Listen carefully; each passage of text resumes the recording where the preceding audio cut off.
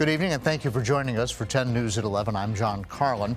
Republican vice presidential nominee J.D. Vance held a rally today at Radford University. I was there along with my colleague Connor Dietrich. Connor, we had a long day watching everything unfold there at the Dedman Center.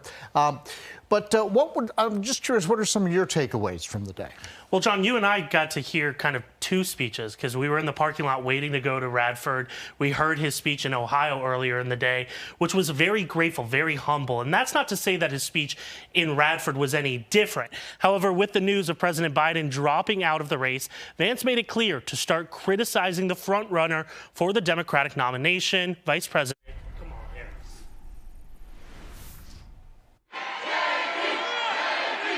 In only his second solo rally since becoming Trump's vice presidential pick, Ohio Senator J.D. Vance walked out to hundreds of people chanting his name at Radford University's Dedman Center. When Vance accepted the nomination for vice president, he was expecting to take on current Vice President Kamala Harris. But everything changed Sunday when news broke of President Biden dropping out of the race, and Harris taking the lead to become the Democrats' nomination for president. Don't give her a chance to run away from the Biden record. The Biden record is the Kamala Harris record, and given what we know about Joe Biden, Kamala Harris probably did a lot more than Joe Biden does. Vance touched on the talking points most Republicans have in this election cycle: inflation, the border crisis, energy supply. Before becoming a senator, Vance was critical of former President Trump while campaigning, but he had a change of heart following Trump's presidency. He recounted the failed assassination attempt on Trump during his speech. I saw the President Trump the media doesn't want you to see when he took an assassin's bullet, stood up a minute later,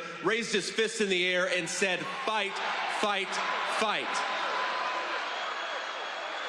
Much of Vance's speech would come back to Vice President Harris, even mentioning his disgust for comments made about him.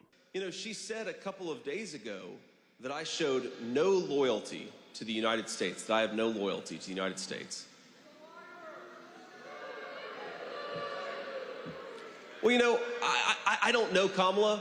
I served in the United States Marine Corps, and I built a business. What the hell have you done other than collect a government check for the past 20 years? For Vance, it always comes back to home and growing up in Appalachia. I will fight.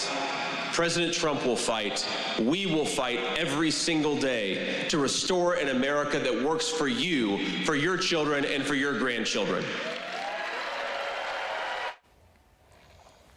Yeah, so Connor, one of the things I noticed in this speech, we've heard a lot from Trump and Biden, a little bit longer in the tooth, if you will, but this was a really young, vital person. He's only 39 years old. I think you can see the difference in the younger politician. Did you notice that? No, absolutely. That's one of the first things that I noticed, that and the criticizing of the vice president. But yeah, I mean, that's what I think the Republican Party and Trump wanted from this VP pick, is younger audience, and he can appeal to them. And he's the first millennial on any ticket, so he can appeal to those younger audiences. And we saw today, yeah, most of the crowd inside the rally were a little bit older, but a lot of them had their kids. There were even some young adults. And one of the last things that Vance talked about is about how he wants his kids to grow up in a country that's better than when it stands at today. Yeah, and he certainly had the support of this crowd. Obviously a partisan crowd, but he had him cheering all the way. Yes, he did. Okay. Connor Dietrich, thank you very much.